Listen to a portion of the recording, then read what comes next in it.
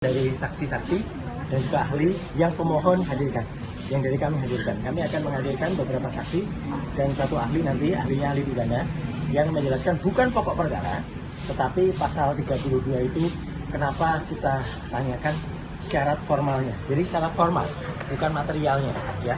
Itu nanti ahli akan menerangkan. Dan saksi itu adalah saksi-saksi yang insya Allah nanti akan menerangkan, sepanjang yang saya tahu ya, itulah saksi yang bisa berkompeten untuk menjelaskan apakah penerapan dari pasal 32 itu sudah memenuhi syarat-syarat formalnya. Karena berarti kalau pasal 32 ayat 1 itu harus ada saksi yang kemudian nanti melihat unggahan itu, gitu ya, mengunggah itu atau tidak kemarin. Dan saksi kami itu akan menjelaskan apa yang kemudian dulu dilakukan dengan pasal 32.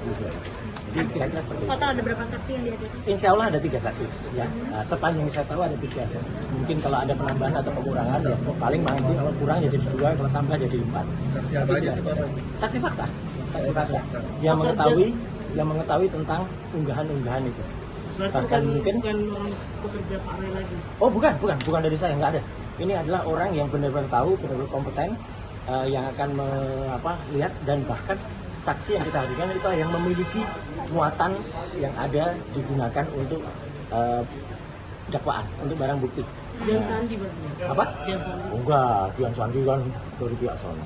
Gitu ya. Jadi itu yang clear. Dan ini ngomongnya kemarin ada banyak pertanyaan tentang status dari kuasa hukum saya yang lama, ya.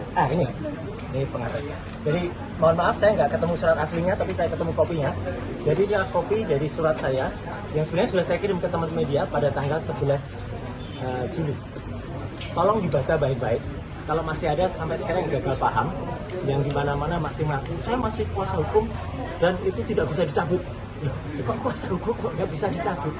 Kuasa hukum itu suatu waktu bisa dicabut, dan Pengadilan Negeri Jakarta Timur pun sudah termasuk yang ditembusi di sini. Jadi ini pertanyaan banyak dari teman-teman. Apakah Pengadilan Negeri Jakarta Timur sudah ikut ditembusi? Ya.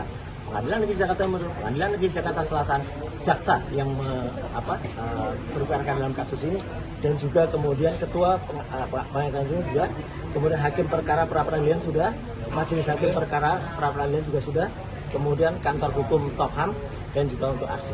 Jadi jelas ya, tidak ada lagi kuasa hukum, surat kuasa hukum khusus yang saya berikan selain untuk teman-teman Tokham yang ada di sini, yaitu Bang Kafur dan kawan. Dan kalau kemarin saya juga sempat melihat ada tayangan YouTube, ada seorang profesor ya, kuasa dulu adalah ahli hukum juga, yang mengatakan kalau itu dulu zaman dulu Tokham nggak ada.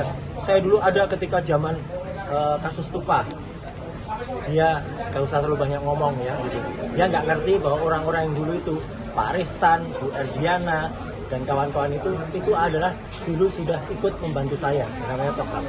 Memang betul waktu itu ada juga kelompok dari KAI. Saya aturkan terima kasih untuk teman-teman dari organisasi KAI, almarhum Pak Erna Umar waktu itu, dan sayang beliau sudah wafat.